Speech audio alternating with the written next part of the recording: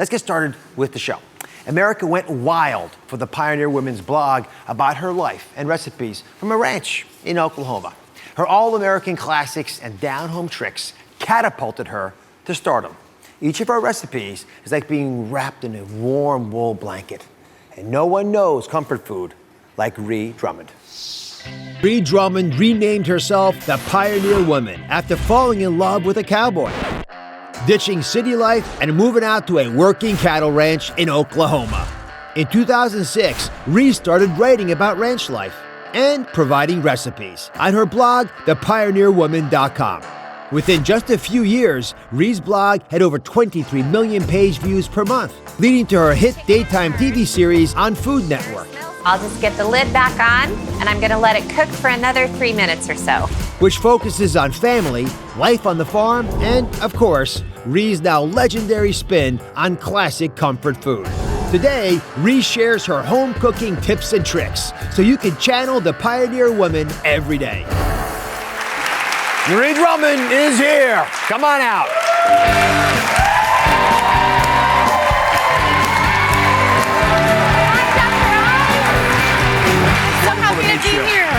Wonderful. Thank you. I feel like I know you. I feel the same way. I was going to say, I see you all the time in my home. Oh, my wife is always watching your stuff and trying to figure out how to adjust it to our lives. I got to say, you have a huge following. What do you think it is about having a farm in Oklahoma that's captured folks' attention? What is it that draws people in? You know, it's hard for me to say because I can't stand back and look, but I think, you know, I started out as a blogger, and people have always dropped by my site for different reasons. Some come for the recipes, some come for the agricultural stories, you know, told from someone who grew up on a golf course, by the way. So I didn't grow up on a ranch. But I think overall, people know when they drop by my site or watch my show, they're probably not going to leave agitated. I don't really debate politics or get into You make us comfortable. Well, I want people to leave smiling, and I want them to come by for a little slice of life and figurative pie, maybe. Well, speaking of slices of life and figurative pie, what do you think is a comfort food? I'd like to hear your definition.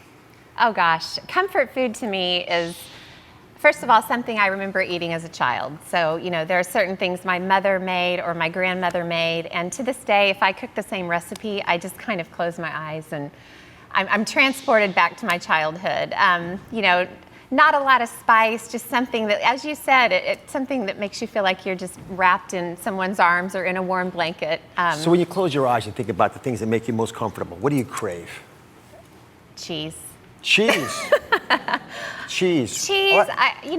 Macaroni and cheese is a big thing. Let's start with cheese. I like that idea. Yeah. Does it look something like this? Look at this monitor here. Does it look like ooh, oh my creamy, goodness. ooey, gooey, bubbling You're cheese. killing me here. Yeah. Who's in the mood for this good. now? You in the mood for this? That looks delicious.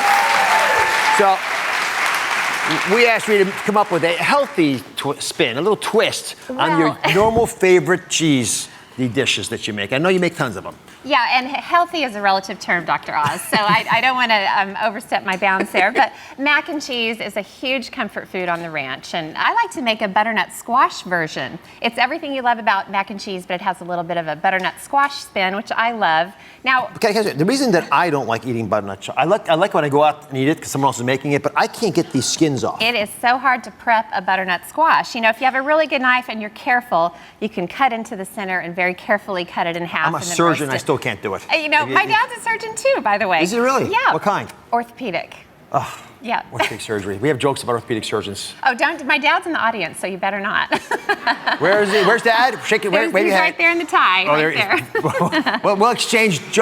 Doctors always tell jokes about each other. War stories. War stories. All right. So one trick that my friend shared with me is before you prep the butternut squash, cut off both ends, poke it several times with a fork, and put it in the microwave. Like this? Yeah, just go for it. You can't poke it too many times. I feel like I'm in Psycho here. Yeah, and then you pop it in the microwave for about 3 to 4 minutes, and it doesn't cook it, obviously, but it just softens it enough to make the skin come off a lot more easily. Oh, are you kidding me? Or you can cut the squash in half and then roast it, which I do for my mac and cheese. So usually the rind is just impossible. I can't imagine it got so soft. Just a couple of minutes you can just cut through the center and roast away. It's not magic, it's real. It's a clever It's idea. real. All right, so show us your butternut squash twist So, on the classic mac and cheese. What I like to do, Dr. Oz, is do that trick, cut the squash in half, take out the seeds with a spoon, put it on a baking sheet and roast it for, 30 to 40 minutes until it's nice and soft.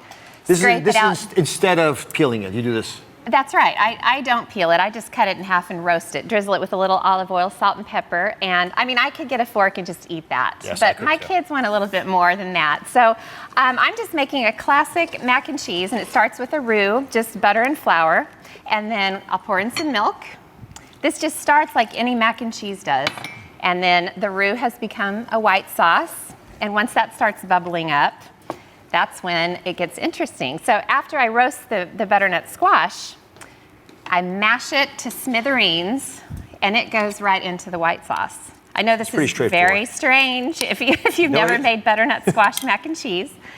And then it takes a little while to get this heated up, and it just turns into this luscious. So while you're cooking that, I gotta say, for me anyway, it seems like you have captured a daydream of Americana, and you're sort of doling it out to us. You ever think about that? Because these are things that so iconically 1950 America, that you seem to have gone back almost retro and captured that.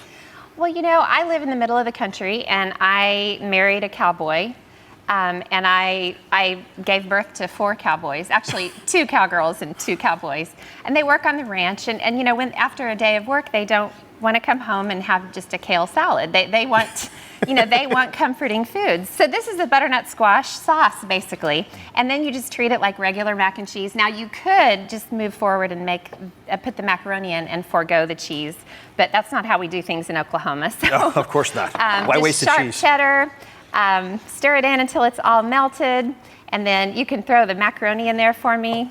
I love that you're helping me cook. At least I can do. Quite an honor. Here. I'm a good assistant. I'm not a very good chef. Now this is, I love this kind of dish because you can heat it up and serve it right out of the skillet. Just give everybody a bowl. Is this what is this, bacon? These are caramelized onions, but bacon onions. is a great idea, by the way. I thought you'd sneak some in here. Yes, go ahead and go in with those. I cooked the onions for about 20, 30 minutes until they were nice and brown, and that just adds another layer of flavor. Now this is actually, what I'll do is I'll put this into a casserole dish. These are seasoned breadcrumbs. And you can use panko or regular. Do the kids help you do all this stuff? One of my children, Paige, my 16-year-old daughter, loves to cook, and she's a great cook. The rest of my kids love to eat. So, and I can relate to that. But Paige has helped me in the kitchen a lot, and she's about to outcook me at age 16. And you homeschooled them, I hear. Yes. And my oldest left for college this year, so that's a big transition that we've gone through in our house. How do you manage? How do you homeschool? You do all these volunteer things I hear in your church. You're obviously blogging and cooking and doing all that stuff too. You're keeping up with the cowboys and cowgirls. Well, I try to keep up.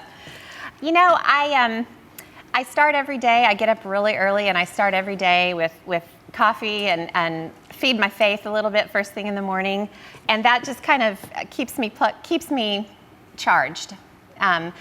I travel a little bit. I'm traveling right now for my cookbook, but I never travel more than a few days at a time before I go home, and kind of home is what keeps me balanced and what brings me joy and happiness. So as long as I'm never away from home for too long, then I can keep that balance. Right. Now, my closet is a complete mess. Get in there. Get in there. If you're going to do all that stuff and make macaroni and cheese like that, it's everything that's wonderful about mac and cheese, but it has that kind of roasty butternut squash flavor. So then you just bake it, and it turns into... I wouldn't even bother baking it. I'd eat it right out of the pan. Well, There's no point. Why get the casserole dish dirty? Half the time it never goes that far. Thank you for watching. Don't forget to subscribe and turn on notifications so you never miss out on new videos to live the good life.